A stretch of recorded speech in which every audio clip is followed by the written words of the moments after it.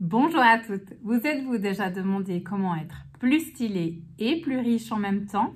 Restez jusqu'à la fin de cette vidéo car je vais vous révéler un lien puissant qu'il existe entre ces deux aspects de votre vie. Je vais vous partager ce que moi-même je fais et je pratique pour libérer le potentiel de ces deux aspects. Bienvenue sur ma chaîne dédiée aux femmes de plus de 40 ans qui veulent se sentir confiantes et libres de s'exprimer à travers la mode et être joyeuses en portant les vêtements qu'elles désirent porter. Si vous êtes nouvelle ici, songez à vous abonner pour ne manquer aucun de mes conseils. Aujourd'hui, nous allons explorer comment améliorer à la fois votre look et vos finances. Je m'appelle Emmanuelle. Pendant longtemps, j'ai suivi les règles et fait tout comme il faut, pensant que c'était la clé du succès. Mais j'ai récemment réalisé que cela ne faisait qu'entraver mon potentiel. Inspirée par ma passion pour le chic et l'audace du style italien, j'ai quitté ma carrière de médecin pour aller à Milan où j'ai étudié le styling et le design de mode. Maintenant, je vais vous révéler ce lien puissant entre ces deux aspects de votre vie. Assurez-vous de rester jusqu'à la fin car je vais vous partager ce que je fais et pratique pour pouvoir libérer le potentiel à la fois de mon look que de mes finances. N'hésitez pas à partager vos suggestions et vos retours dans les commentaires. Votre expérience est précieuse. Dites-moi si vous vous sentez aussi limité dans un de ces aspects de votre vie ou dans les deux. Réfléchissez à ce qui vous freine. Dans un instant, je vais vous parler de ce lien qu'il existe entre votre look vestimentaire et vos finances. Car, de ma propre expérience, je pense qu'il existe des points communs entre ce qui limite l'un et l'autre. Passons maintenant au vif du sujet. Comment être plus stylé et plus riche en même temps? Que travailler? Que libérer? Premièrement, parlons de mode. Quand j'étais à Milan, j'ai réalisé que s'acheter de beaux vêtements, des vêtements de qualité, les vêtements dont vraiment je rêvais, était vraiment lié à l'estime de soi. Avant cela, je me limitais à des vêtements qui étaient soit en solde ou alors je me contentais de vêtements que je trouvais ok mais sans plus, mais qui n'étaient pas vraiment les vêtements dont j'avais envie. Alors je vous invite à vous poser la question, à vous demander si vous vous limitez à acheter des vêtements que en solde ou que vous considérez comme bof, passable, on s'en contente. Alors que vous rêvez de belles pièces, cela peut cacher une basse estime de vous.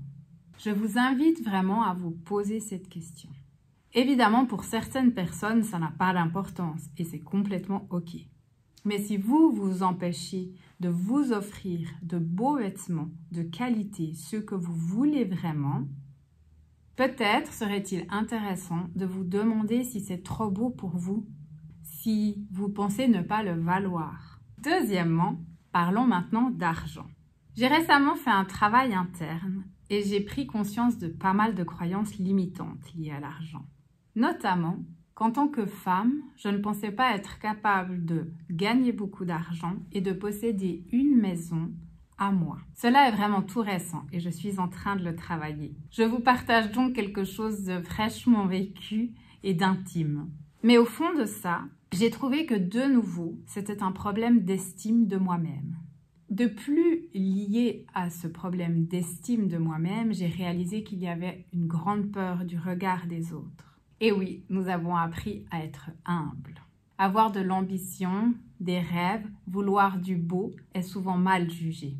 D'ailleurs, très souvent, j'ai peur qu'on me trouve avare. Lire des livres sur ce sujet est une chose qui m'a énormément aidée à transformer non seulement mon mindset financier, mais aussi la conscience que finalement, je méritais cela, que j'en étais à la hauteur finalement.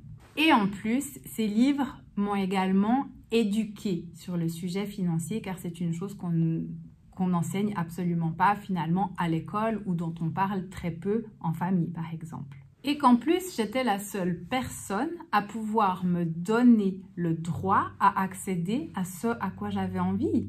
En résumé, selon ma propre expérience, l'estime de soi est un élément clé qui non seulement influence votre look, mais aussi vos finances. Selon ma propre expérience, en travaillant sur votre estime de soi, vous vous sentirez alors plus capable de porter des vêtements qui vous plaisent vraiment et en plus de recevoir l'argent que vous méritez vraiment. Maintenant, je vais vous partager mes livres préférés qui m'ont aidé à transformer mon mindset financier et qui m'ont également éduqué par rapport à l'argent. Le premier, L'Esprit millionnaire de T. Harv Eker.